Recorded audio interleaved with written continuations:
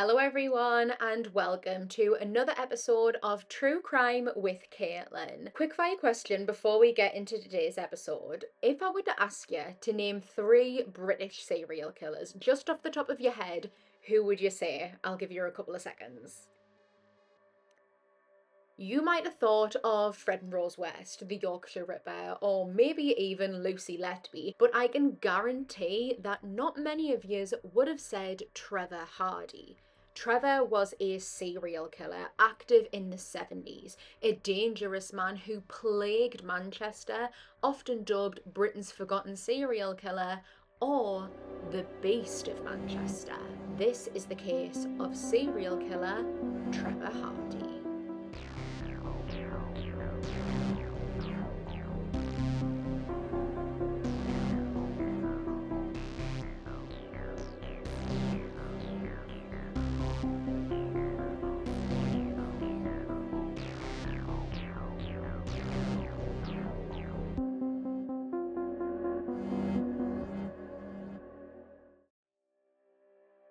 Trevor Hardy was born on the 11th of June 1945 in Manchester, the second youngest of 4 children. He grew up in Newton Heath as part of a very normal, well-liked, lower-class working family.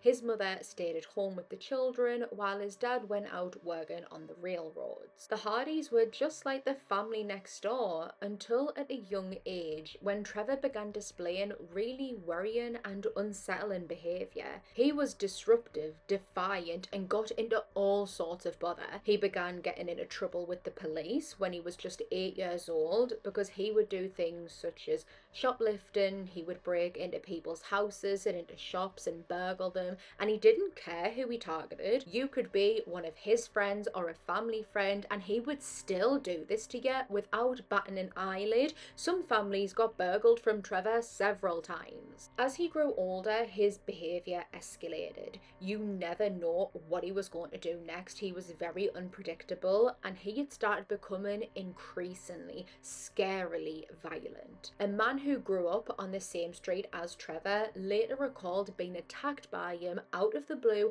as he was walking home from a youth club. Trevor pounced on the young boy, delivering kicks and punches before ultimately stabbing him. All of this being completely unprovoked. Trevor did it because he wanted to. When he was only 15, he would be sent to Manchester Strangeways Prison, actually being the youngest person to ever be sent there because he was simply out of control. Youth homes and bostels couldn't manage him and he would often manage to escape from them. So it was decided that they were going to put him in an actual prison with all of the big boys, but it didn't deter him, it didn't scare him straight like how they thought it might have. Years later, he would once again be incarcerated. Trevor and another man had gotten into some sort of altercation inside a pub surrounding a round of drinks.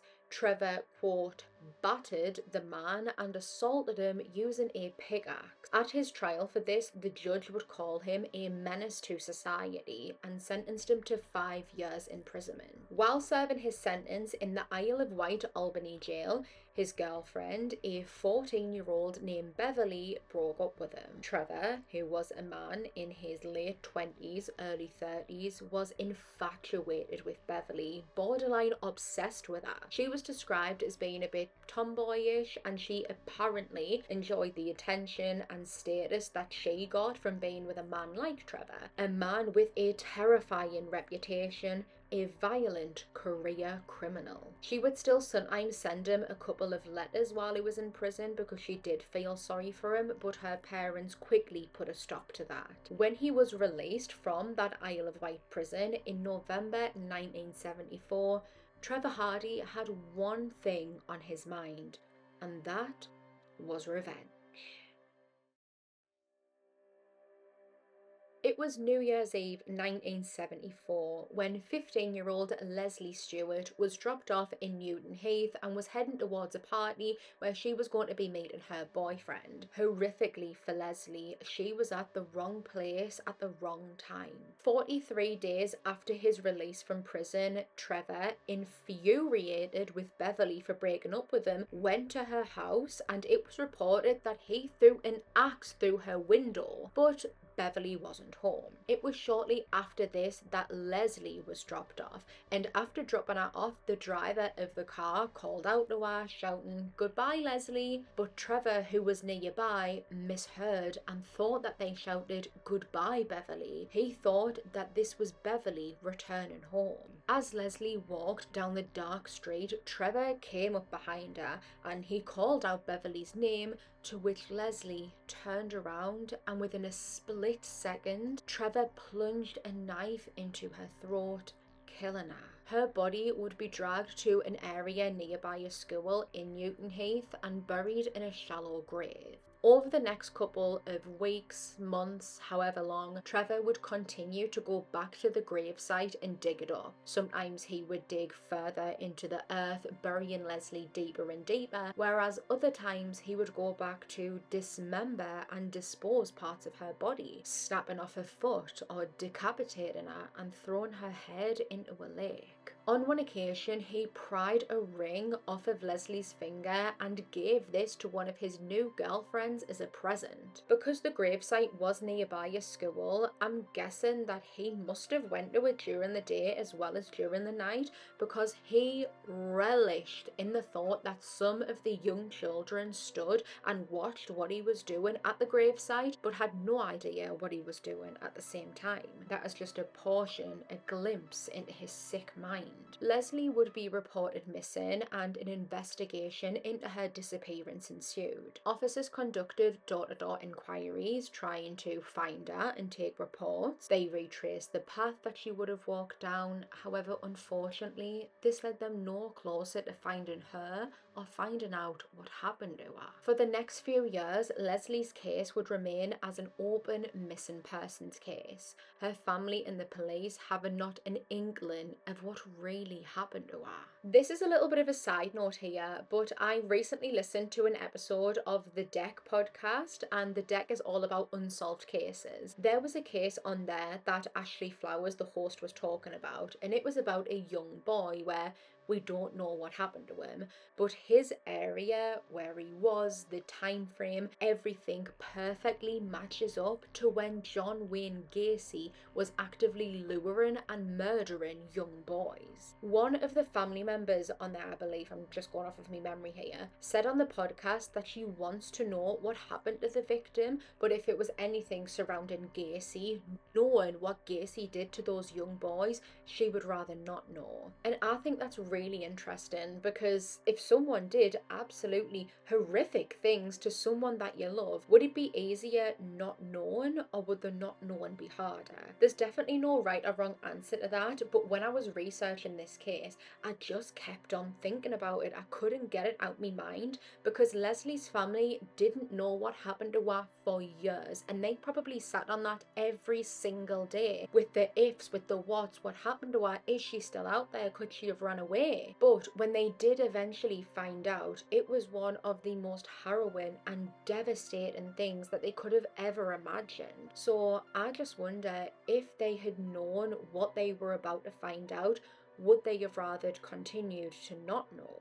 7 months after murdering Leslie Stewart, 18-year-old Wanda Skaife was just finishing her shift as a part-time barmaid inside of the Lightbourne Hotel in Moston, Manchester. It was the 19th of July 1975, and Wanda began her usual walk back home, which was just straight along a straight road, a route that she had done time and time again. Wanda was 1 minute away from her front door, steps away from safety, when she would be attacked by Trevor Hardy. He would later say that he tried to rob Wanda. Then, using a brick, he would repeatedly strike her over the head with so much force that it shattered her skull. Her clothes would be torn off, and using her own stockings, Trevor would wrap them around Wanda's neck and strangled her to death.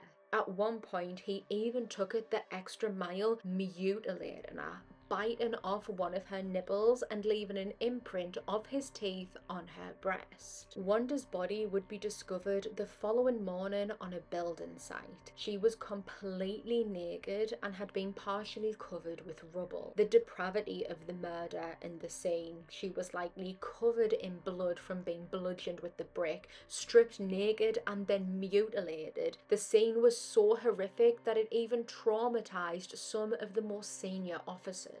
Following this, police strongly advised the local women to not go out in the dark, to travel in pairs, and ideally with a man that they trusted, a friend or a family member. Tensions and fear were sky high at that moment in time, and this feeling only heightened in the coming weeks and months as the infamous Yorkshire Ripper began his own killing spree. Trevor Hardy wasn't considered a suspect in either of these cases. He was hardly given a second thought because police didn't know where to look, but Trevor Hardy would eventually make a drunken confession. Shortly after the murder of Wanda Skaife, Trevor got into contact with his younger brother Colin, asking if he wanted to meet up and go for a couple of drinks. Despite being reluctant, Colin and Trevor didn't have the best relationship. Colin agreed and met Trevor and his new girlfriend Sheila Farrow. Trevor started talking about Wanda and her case and asked Colin if the police had spoke to him about it at all. Maybe paranoia was eating him up and he was fishing for information. When Colin said that no, the police hadn't spoke to him, he would be blindsided when Trevor admitted that he was the murderer, saying, quote, "I did that." Colin sat in disbelief and could not believe what he was hearing, and Sheila backed Trevor up. Trevor was the man responsible. The three would end up going back to Colin's flat that he shared with his wife. He later said that it was around about now that Trevor had begun to sober up and he was probably regretting confessing to Colin, and maybe he wanted to send him a warning, send him a message about what would happen if he dared to open his mouth. And how did Trevor do that? Through his fists, with violence. Colin would later recall what happened, saying, quote, "We went back to my flat and then the next thing I knew, he was beating 7 bells out of me. He ripped the clothes off me, battered me with the telephone, and finally left me senseless and covered in blood on some stairs. There was blood everywhere, even on the ceiling. He wouldn't let my wife go for an ambulance or help me in any way. Then he walked out and returned 10 minutes later as calm as anything and ordered her to cook him beans on toast. She was petrified. Then he calmly ate, chit-chatting away as if nothing had happened while I was still unconscious on the stairs." Unlike Trevor or Sheila, Colin couldn't sit on this confession and just say or do nothing. So despite the beating that he got, the very next morning, he and his wife took themselves to the police station where they reported that Trevor Hardy had confessed to the murder of Wanda Skaife. Trevor would be arrested, but he was let go just as quickly. Sheila was adamant to the police that on the night of the murder, Trevor was with her all night long, providing him with an alibi. Due to the killer biting Wanda's body, investigators were able to obtain an impression of the killer's teeth. When they compared these to an impression that they took of Trevor's teeth, they didn't match. Trevor, having the aforethought that there was a possibility that police could track him down, went to the extreme to not get caught. Using a nail file, he would file down his own teeth. With a seemingly solid alibi and the teeth impressions not matching, police had no other choice but to release Trevor. Unbeknownst to them, he would fatally strike again. In March 1976, 17-year-old Sharon Mosoph was making her way home from a work party. The party was being held in Bolton and she had to get herself to Failsworth to go to her dad's house. She rang her dad around about midnight to double check with him what number bus that she needed to get on, and he expected her walking through the front door around about half an hour later, but she never did. After getting off the bus in Failsworth, Sharon began the short walk to her dad's house. She was just yards away when she noticed a man trying to break into a shop or a shopping centre. Sharon called out to him, basically telling him to pack it in, when the man would turn and pounce on her. Her naked body would be discovered the following morning in the Rochdale Canal, and overnight it had been so bitterly cold that the water around Sharon had frozen, and so it looked like her top half was sort of leaning on the ice. She had been beaten with a brick, stabbed, strangled and mutilated, having one of her nipples bitten off. The MO was eerily similar to the murder of Wanda Skaife, which had happened only months before. Both young girls being targeted in the night, beaten with bricks, stripped naked, and each of them had one of their nipples bitten off. When police tried to track down one of their only suspect, Trevor Hardy, he was nowhere to be found. Trevor had gone on the run.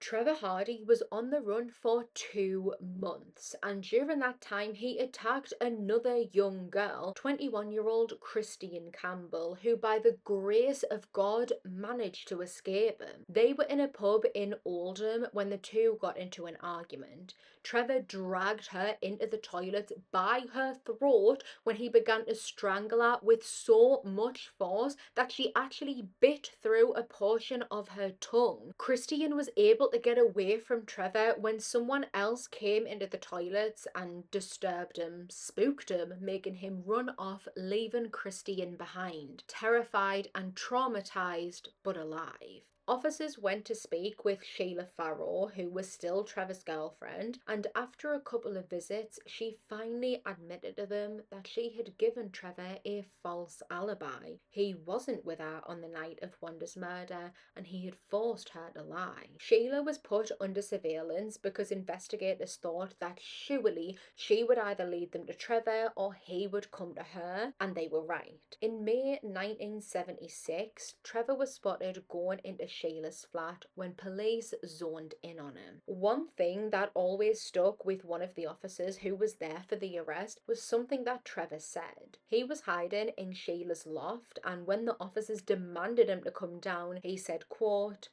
"I'll come down if you don't hit me." A man who had been violent his entire life and committed some of the most horrific, heinous murders is scared to leave his hiding spot in case he gets harmed. During his incarceration, Trevor Hardy would make a complete confession in written form.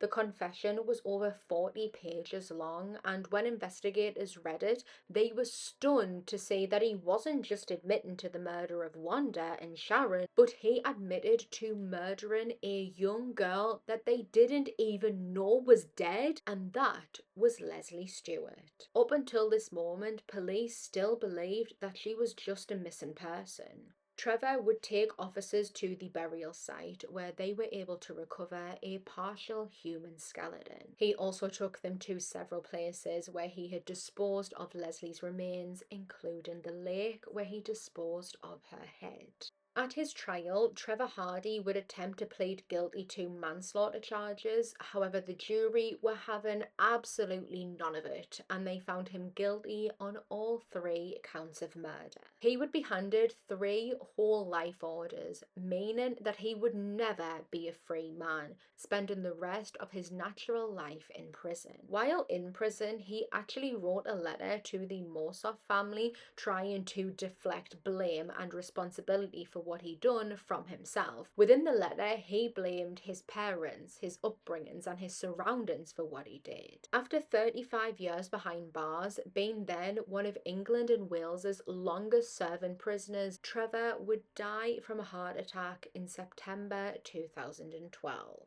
Trevor Hardy cruelly and callously ended the lives of 3 young girls. Leslie Stewart was the Rose Queen at her local church, which she was heavily involved in, aiding in fundraising and community spirit, lifting up others. Wanda Skaife was a valued part of her community who was excited for her future after starting a new job. Sharon Mosoph was an aspiring hairdresser who helped to raise her 4 younger sisters. She was described as nurturing, mature, and so much fun. All of these lovely young girls will forever be missed and always remembered.